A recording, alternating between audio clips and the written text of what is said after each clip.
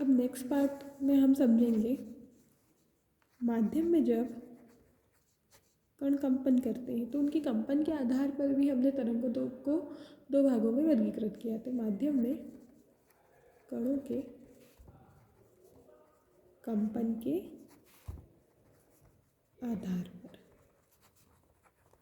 तो कणों के कंपन के आधार पर पहली है जो हमारी तरंग आ जाती है, उसको हमने नाम दिया है अनुप्रस्थ तरंग। इसका नाम है अनुप्रस्थ तरंग। इसको इंग्लिश में बोलते हैं हम ट्रांसवर्स वेव। अब ट्रांसवर्स वेव या अनुप्रस्थ तरंग होती क्या है?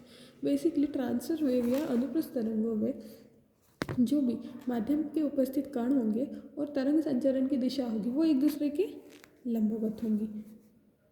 तो एक तरंग बना लेते हैं हम प्यारी सी।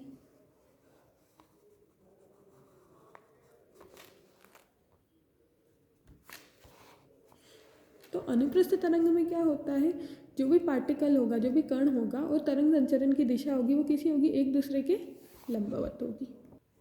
तो जब कोई तरंग किसी माध्यम से गुजरती है तो माध्यम के अवयवी कण अपनी माध्य स्थिति के दोनों ओर कंपन करते हैं। यदि इन कंपन की दिशा तरंग संचरण के लंबवत है तो तरंग को अनुप्रस्थ कह देंगे। कहने का मतलब वही है कि माध्यम से कोई एक तरंग निकली, वहाँ पे भी कण उपस्थित है और वह अपनी माध्य स्थिति के दोनों ओर दोलन कर रहे हैं या कंपन कर रहे हैं, तो वह दोलन करते हुए अपनी ऊर्जा का कुछ भाग पास वाले अणु को दे देंगे। और हाँ, हमें देखना यहाँ पे ये है, मेन इसकी बात ये है कि जो तरंग संचरण की दिशा है और कंपन कर रहे जो कण हैं वो दोनों एक दूसरे के कैसे होने चाहिए, परपेंडिकुलर होना चाहिए, लंबवत होना चाहिए, तभी इस तरंग को हम क्या बोल पाएंगे, अनुप्रस्थ तरंग। इसमें जो ये वाला हिस्सा होता है इस वेव का, ये वाला पार्ट, इसको हम बोलते हैं श्रृंग, इसको बोलते हैं हम गर्त। इस वाले हिस्से को जो अधिकतम दूरी होती है निचले हिस्से की, कंपन करते हुए जब भी कोई पार्टिकल कंपन करेगा तो वह अधिकतम दूरी अप सेक्शन में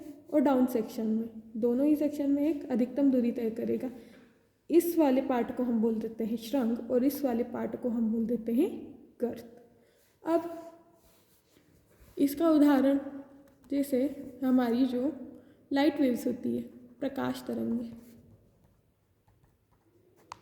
वह एक प्रकार से अनुप्रस्थ तरंग मानी जाती है, क्योंकि यहाँ पे यही कॉन्सेप्ट लगता है कि इसमें कण की जो दिशा होती है वो तरंग संचरण के लंबवत होती है। या हम किसी डोरी को खींचे और धागे में विक्षोभ आए तो वह विक्षोभ भी लंबवत होगा। तो इस प्रकार से यहाँ पे जो डोरी को खींचने से धागे में विक्षोभ हुआ है वह भी जो है हमारी अनुप्रस्थ तरंग का उदाहरण होता है।